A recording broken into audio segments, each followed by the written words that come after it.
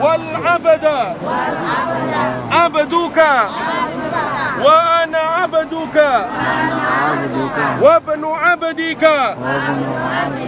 وهذا مقام العائد بك من النار فحرم لحومنا وبشرتنا على النار اللهم حبب إلينا الإيمان وزينه في قلوبنا وكره إلينا الكفر والفسوق والعصيان واجعلنا من الراشدين اللهم قني عذابك يوم تبعث عبادك اللهم ارزقني الجنة بغير حساب اللهم إن هذا البيت بيتك والحرم حرمك والأمن أمنك والعبد عبدك وأنا عبدك وابن عبدك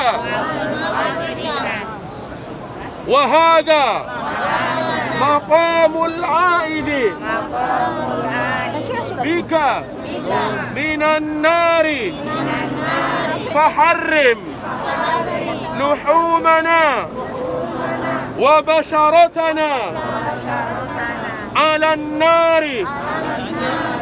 اللهم حبب إلينا الإيمان وزينه في قلوبنا وكره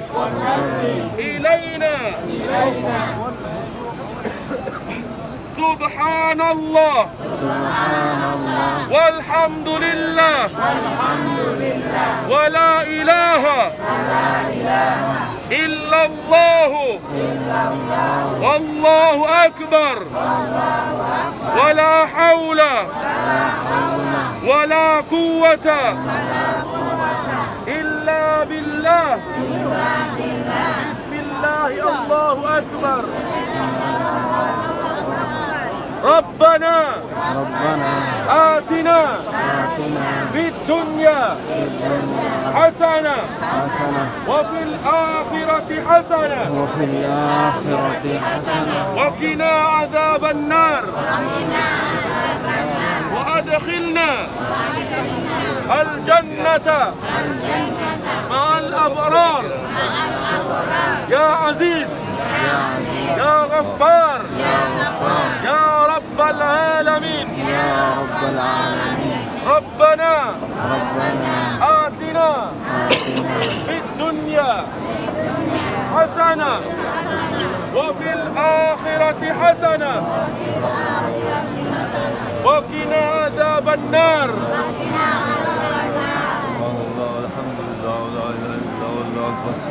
سبحان الله والحمد لله بسم الله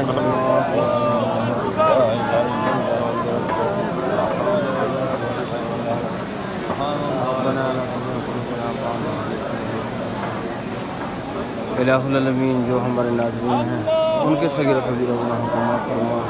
जो हमें दुआओं पर कहते हैं मौला उनके नेक तमन्ना अपने बार का हमें कबूल मंजूर फरमा इलाहुल अलमीन दुनिया में खुशियाँ अता फरमा आखिरत में खुशियाँ अता फरमा इलाहुल अलमीन जो भाई बहन हमें बार बार दुआओं को कहते हैं मौला उनके नेक तमन्ना पूरे अता फरमा, उनको हरम शरीफ की ज़ियारत नसीब फरमा, मस्जिद नबी की ज़ियारत नसीब फरमा। इलाहुल आलमीन जो बीमार हैं शिफा कामयाब नसीब फरमा, जो रिश्तों के मामले में परेशान हैं उनकी परेशानी को दूर फरमा, अच्छे रिश्ते नसीब फरमा। इलाहुल आलमीन जो बे औलाद हैं उनको नेक औलाद अता फरमा, मौला दुनिया और आखिरत में कामयाब फरमा। इलाहुल आलमीन हर परेशानी हर आफत से महफूज फरमा। इलाहुल आलमीन हमारे दुआओं को कबूल फरमा। रब्बना ला